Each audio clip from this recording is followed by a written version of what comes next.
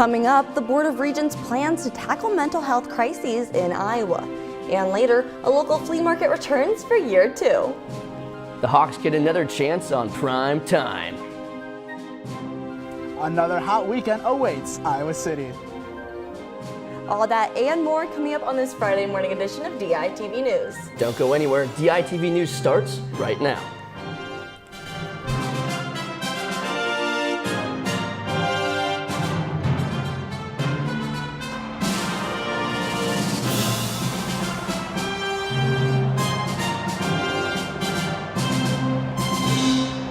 Good morning and thank you for tuning in live to DITV and KRUI 89.7 FM. I'm AJ Reister. And I'm Ashley Wheel.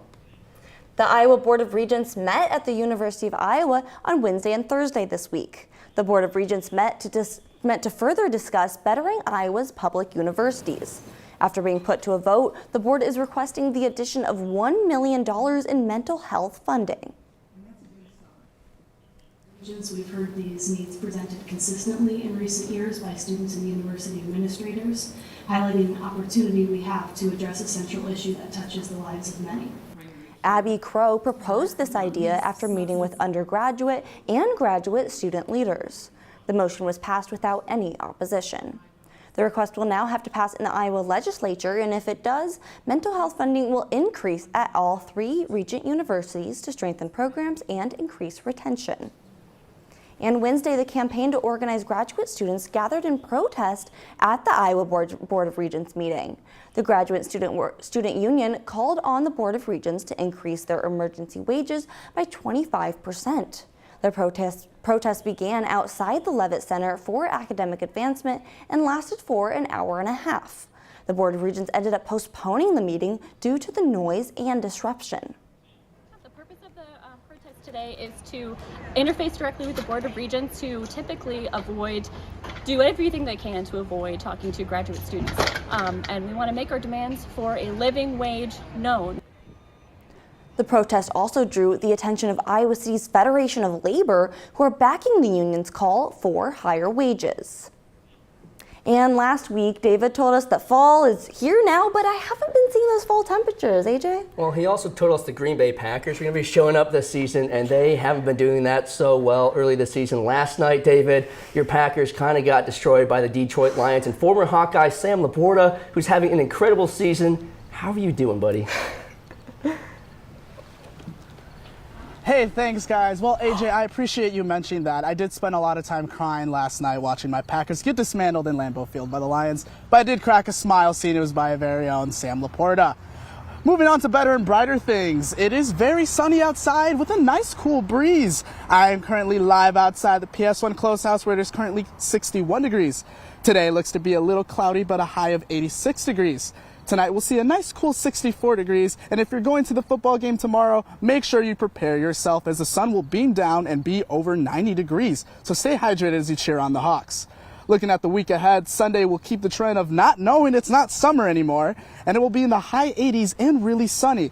The rest of the week will be in the high to mid 80s with potential showers on Wednesday. I'll send it back to you guys in the studio. Thanks, David. And yesterday, the Office of Clery Compliance shared their annual security and fire safety report for the University of Iowa. It outlines many different policies, including safety and how to report incidents. The report shares 2 fire incidents on campus since the beginning of the 2023 fall semester, as well as a number of crime incidents, including stalking, assault, and liquor law violations. However, there still seems to be a decrease in the crime rate so far this year. And the University of Iowa is still expanding their safety services, including their night ride service in relation to the GuideLink Center. This is to increase access for mental health and substance abuse counseling services. Johnson County is also expanding their access for mental health care using the GuideLink Center as an option for police. The GuideLink Center works to increase awareness regarding mental health and substance abuse and provides a free sobering unit to help intoxicated people stay safe. And the Writers Guild of America strike has come to an end. The strike officially ended early Wednesday morning. This was after a tentative deal was made with the Alliance of Motion Picture and Television Producers and approved by the WGA board. This contract will be voted on by guild members next week. This deal included regulations on AI and in writers' rooms, along with viewership-based bonuses. A local Iowa City organization has returned for their second year. We'll check back in with David Consuelos, who is live outside with more. Hey, thanks, Ashley. Iowa City Flea made its much-anticipated return this year. It is the second year where IC Flea has put on their event after much success the previous year, and they still have a lot more to show Iowa City. Last year, the IC Flea debuted their signature flea market to Iowa City and immediately caught on with the community. This year, they announced their fall dates, hoping to gain more attention and grow as an organization. I think that this was something our community was missing, and a lot of people wanted, and so it just caught on. People kept wanting to come, and that's why we've kept doing it. We've had a lot more vendors apply and a lot more diverse vendors apply, and we also have a lot of different mediums now, and so yeah, it's just grown to be something completely different than it was from the beginning. Last year, IC Flea would partner with local charities to donate some of their clothing from their events. The organization plans to continue this trend and continue to give back to the community. I would love to donate money to DVIP around the holiday, but yeah, I would love to do a clothing swap again and also donate all the proceeds and clothing. In addition, the event allows for local vendors and artists around Iowa City to spread their work, hoping to catch on with the community. You know, you can write off Iowa City like, oh, it's maybe a smaller area, but there's community everywhere. So when you have people like cultivate it and come together, like it's evident when you see the turnout. I don't always get to see all these people all the time, but like this is usually a surefire way to see them when I'm not like doing music things. So it's just great to be able to chop it up. IC Flea will host another flea market here at the Close House on Sunday, and their last one on October 15th for the fall. I'll send it back to you in the studio, Ashley. Thanks again. And Coralville is celebrating their city's 150th birthday with a birthday bash in Extreme Arena on Sunday. The celebration will commemorate Coralville's founding and their history. We have had a rich history, and it's important to look back and see and honor the people that have been involved in bringing us to this point, and also then to start and continue to prepare for our bright future, which is our children. The celebration will be filled with events for all ages, and admission is free for all. And UI Homecoming is continuing to announce more big festivities as well, the latest being Beyond the Game. This will be a discussion featuring Iowa basketball's Caitlin Clark. Clark will be joined by Mark Shapiro, an Iowa alumni and sports media executive, along with ESPN's Stephen A. Smith. The conversation will take place right after the parade on the Pentecrest stage in front of the Old Capitol. And now we still have another week before homecoming is here, and I feel like the Hawkeyes have a lot of pressure on their plate after coming out of last weekend. Yeah, they didn't look too good on national television last week against Penn State, but they'll have another chance on prime time against Michigan State this weekend. And to get better in-depth idea of what's going to happen, here's a preview of DITV's pregame show before the kickoff.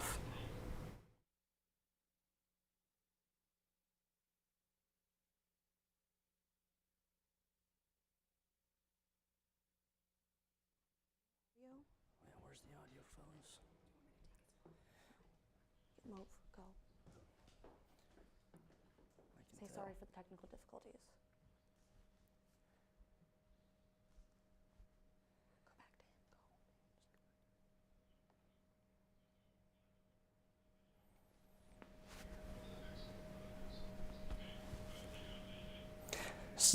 him. Yeah, sorry for the technical difficulties, but you can catch the entire Before the Kickoff show, plus what we couldn't get on air on the Daily Iowan website.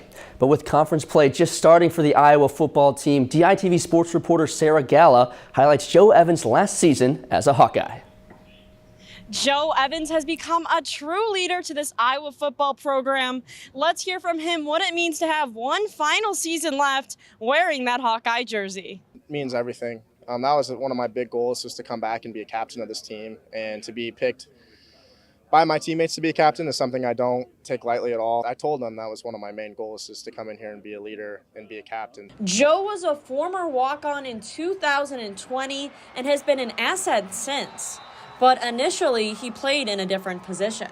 So I came in as a linebacker, and then I got moved over in spring ball to play defensive line. They did a great job of finding a role for me, and I'll be forever thankful for the coaches for that. It's incredible hearing his come up on the team, as this football program has given him a home and friends for life. Joe's one of my best friends here for sure. I think every single day he's just like, we're just talking about something. Joe has a passion for football, and it is very evident on the field. Just being able to put that Hawkeye jersey on for one more year is something I, again, don't take lightly, and something just I love doing every single day. And with games to come, it should be very exciting to see what Joe can accomplish next. From Kinnick Stadium, I'm Sarah Gala, DITV Sports.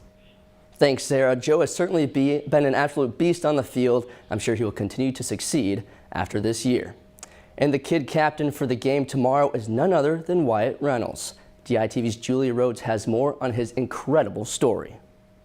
The kid captain for the University of Iowa versus Michigan State game tomorrow, Wyatt Reynolds, was born with hypoplastic left heart syndrome, meaning that the left side of his heart was severely underdeveloped and it could not adequately support his body and the blood flow it needed.